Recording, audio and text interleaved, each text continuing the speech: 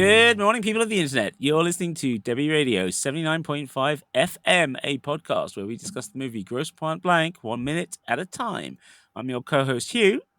And I'm your other co-host, Dev. And on today's show, we're going to be looking at minute 82 as Debbie heads off to go and say goodbye to some friends. And Bob DiStefano enters the scene to try and pick a fight with Martin. And joining us on today's show, as he was yesterday and all this week, we have returning to us for one more time, Billy Holku, self-professed all-around nerd and martial artist. Welcome. Hey, thank you very much for having me back. It's a lot of fun. Excited for the next few minutes to come up to this one. It's going to be great. Lots of fun. Excellent. So, Dev, do you want to pick this one up? Because I ended the last episode with where they were, Debbie and Martin in the corridor outside the nurse's office, deciding what they're going to do. Yeah, as you said yesterday, they decide to split up to cover more ground, which is always a good way to go. Debbie goes off to say goodbye to some folks before they head off for this romantic getaway that they've suddenly cooked up. And as she's about to turn the corner in the school corridor, Bob DiStefano kind of appears and has this, very, very misogynistic kind of chuckle, I guess, at Debbie, and then kind of continues swaggering over to Martin and is clearly looking for a fight or something, trying to goad Martin about, getting back together with Debbie. But also, this is a really interesting look at a high school movie trope, right? Yeah. The bully, the one who wants to still prove himself. And there's something about casting Michael Cudlitz in this role that I feel helps push it out away from the standard sort of, cliche, because he's always he's spent a huge chunk of his career playing cops and soldiers and tough guys, but he's also always had that little bit extra, which has allowed him to do to turn up in the occasional rom-com, the occasional comedy, the drama, dramedies like The Practice, because he has that intelligence in his eyes. Right, he always has that depth of emotion in his eyes that gives his characters that little bit more.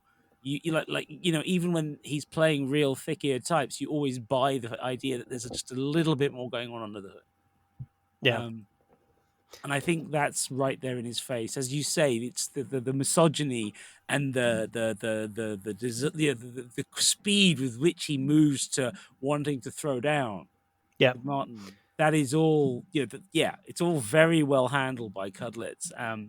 We've got this character thumbnailed incredibly quickly. Yeah, absolutely. And I mean, we've had some setting for that in the run up to this scene as well, made for us with, the conversation between Martin and Paul at the beginning of, didn't he break your collarbone and steal your girl? And now he has a car dealership. And of course, in America, kind of, having a car dealership is kind of like code for being, or often a shortcut in Hollywood for, say, pro football player who's now retired for whatever reason. Right, like, and he very much has that vibe. Yeah, the successful jock that's gone on to have a successful business just by virtue of being the all-American boy kind of a deal. Although I think there's reference that we had in last week's minute where he's it's actually his dad's dealership, so he might just be. I was going to say, but isn't that always part of the cliche as well? Yeah. The dad did the hard work, the son's riding on the coattails. Right. Yeah. Nepotism in there. Exactly. And he also, the character, as he's dressed up, could fit into, an Iraqi war movie or something like that, right? Like he's got that kind of buzz cut, like he's not maybe in the best of physical shape, and the fact that he in this scene looks like he's either high or hungover or drunk doesn't help that image, but like he's very close to being in that kind of a role as well, right? Which kind of adds to the threat that he presents as the bully, Right? Yeah, he looks like a credible threat to Martin, and he's Exactly. possibly one of the first people we've seen who does. As in, we've seen Martin do all of these various jobs, and we've seen him. We've seen people exchange fire, but what we have, other than the comedy of the NSA agents, we haven't really seen anyone who kind of measures up, as it were, other than the Jet earlier on when he's in the shop. Yeah, in the in Felix the in in the the, in shop. the Yeah, yeah in the Ultimate. So I think again comes back to the clever casting. yeah, Cudlitz carries himself that way, always has done. Even in Buffy, even in something like Chicago Hope, a medical show, he's always done that. That's always the way he carries himself. Is somebody who's yeah. The has camera that work in training. this scene as well. Like, I mean, obviously the lighting is a little eerie for a school, right? You normally Mhm. always see schools in full daylight, right? Like in real life, in Well, you most guys normally do. movies. Sure, right. This is part of the fun of this sort of film. Is you're seeing something that if you don't work in a school, you don't see. Yeah, but and because of that, it gives a slightly uneery tone to it, right? Just like Yep. walking school halls after, like when they're empty, is kind of a little eerie Yeah, and weird. it And is and the very much so. and then you have this camera work where like Bob is the focus of everything as he's approaching. Yep. He holds the middle of the focus of the camera. And then as he approaches Martin, he's suddenly on the left-hand side of the camera, and Yeah. he walks too close to the camera by normal standards, and all of a sudden the weight has shifted, and Martin has control over what you're seeing again. Yep.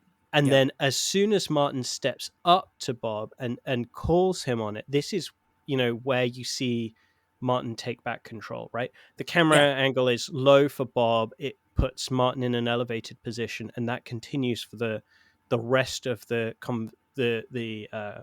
conflict until we start seeing that conflict kind of ebb away, right?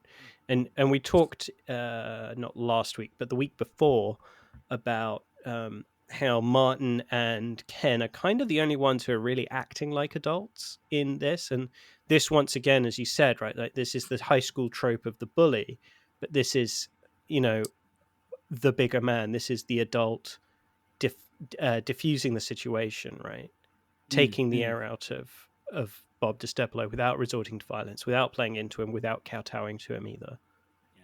And that's the irony of the situation: is we expect Martin to use violence, right? And he chooses not to. And we see Debbie sneak back from her from attempting to leave the corridor and watch this entire thing through the glass, and you can see that this is kind of cementing in her mind that Martin has grown and changed, but for the better, right? Which, yeah, if we know is not true, but this is giving her what she wants to see from Martin. Yeah. It's all about that. It's that weird thing of the timing, right? This is like Shakespeare, right? It's like they happen to turn up at the wrong moment and see the thing and then interpret it the way that they want to interpret it. Yeah. And of course, both of them, two men in suits with, military style cuts and, leaning in and looking at each other. It's all very tense and, as you say, it's all staged very carefully, and then it's Martin, as you say, who uses his words, uses what is his language and a calm tone to, talk him down, and the timing as well, right? Like he steps up to Bob and catches Bob just as Bob is halfway off taking his jacket. So Bob no longer has his hands available to him. He's lost that control because the jacket's now tying his hands, basically. Yeah. And Martin takes that assertion, but then doesn't do anything with it. Just kind of uses that moment to bring Bob back down from that edge. It's like a classic de-escalation tool as well. It's like just keep that person, off balance. Even if it is just verbally and mentally as well, he just goes straight in there, comes in and says, what kind of beef do you think you have with me? What is this? history that you think that we have. There's forcing Bob to think as well as he's got his jacket off him, and that immediately the violence level, the risk level went all straight back down. Yeah. And so Yeah. it's a great moment, I think. Yeah, and the use of language as well, right?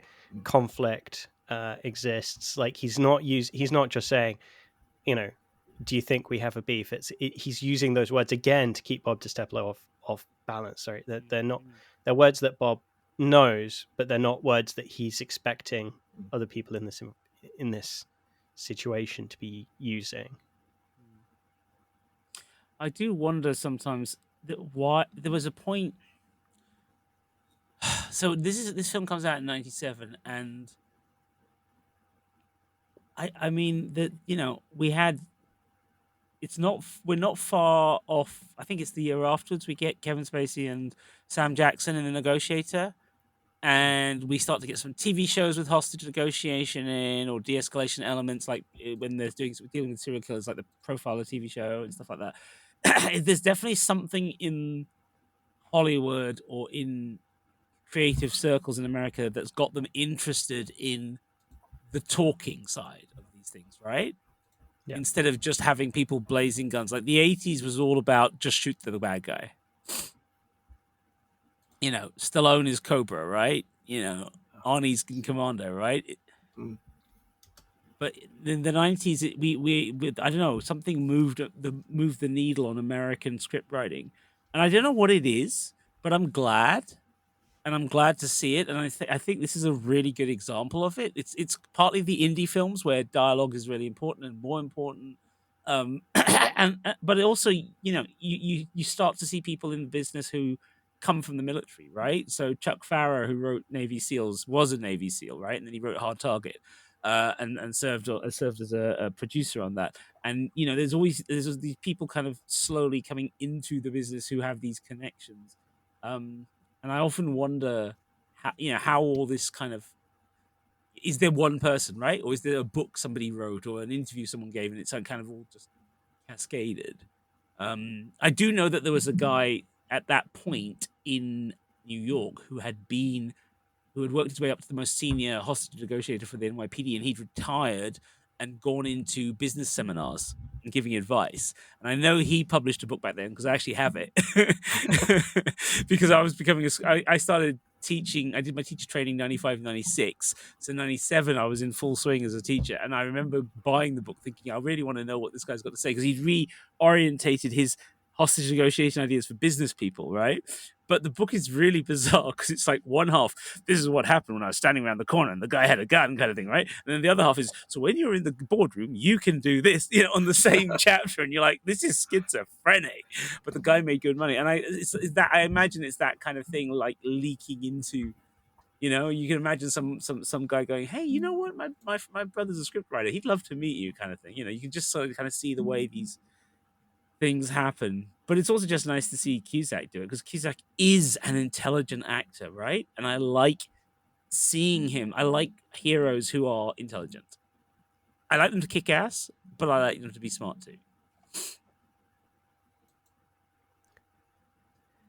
I think Debbie's attitude here is a really interesting point as well. Like, there's some beautiful acting here of where she edges back in to see what's going on, and there's this moment where you think she's going to try and intervene, and then she just does that step back, almost like maternal thing of like, does the kid know how to get themselves out of this? Like, yeah, it is slightly maternal in a good way. Yeah.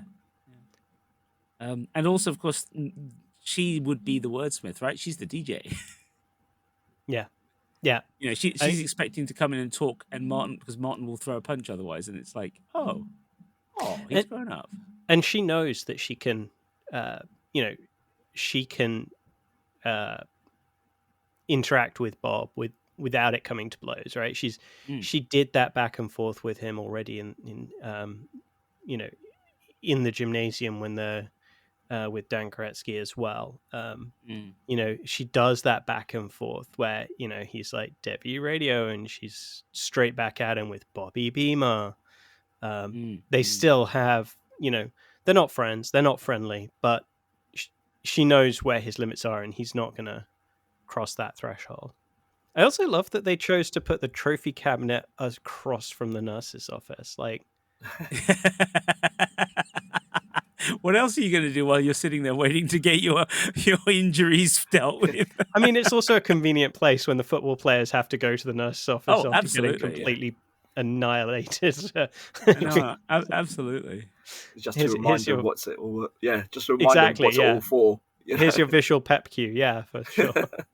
Yeah, I think I'm trying to remember what's opposite our matron's office. I think we definitely have a notice board, and I think you're right. I think it actually has some. It's not the cabinet. That I know that's in the main block in schoolhouse, but yeah, there's definitely some stuff with some awards and things opposite the nurse's office. Definitely, it is a thing. It's such a strange thing, but yeah, the whole thing with. Well, I'll talk about it in the next episode. The whole thing about schools at nighttime and corridors and things.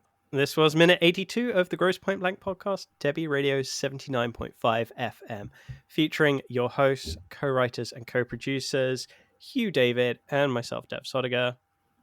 Today's guest, Billy, self-professed all-round nerd and martial artist. Where can people find you online if they want to chat? So I've got my Instagram, Dim Sum Discussions, where like it's a good play on words where we talk about food as well. Dim Sum means a little bit of heart, where we'll all get together and have a great meal and have a chat. So yeah, you find me there, and broaden your horizons in Grass Dim Sum and Chinatown. Fantastic. And I can just attest, listeners, that Billy has fantastic taste in food because we've eaten out many a time, have we not? Yes, definitely. Right, so you can find us at All Good Podcast Players, as well as YouTube, X, Spotify, and in all cases, our handle is at Debi Radio, DEBI Radio, and our website is also debiradio.com. Once more, DEBI Radio.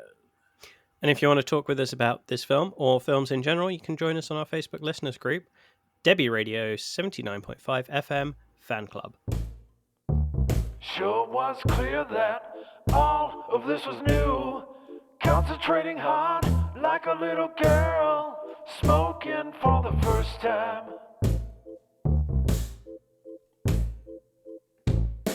It wasn't a moment, it was a feeling.